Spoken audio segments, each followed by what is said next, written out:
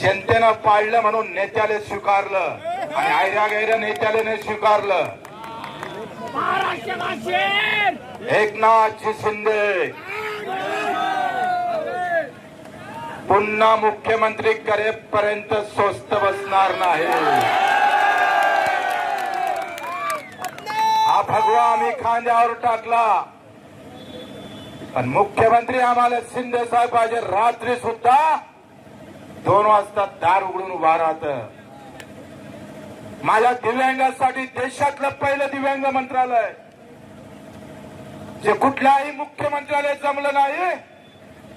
तो दिव्यांग कोणत्या धर्माचा पाहिला नाही, पण दिव्यांग मंत्रालय उभं करण्याची ताकद बच्चूकडच्या माध्यमातून एकनाथजी शिंदेने दाखवली. कर्जमाफीमध्ये मोठा हिस्सा आम्ही पाहतोय एकनाथजी शिंदे साहेबांचा होता.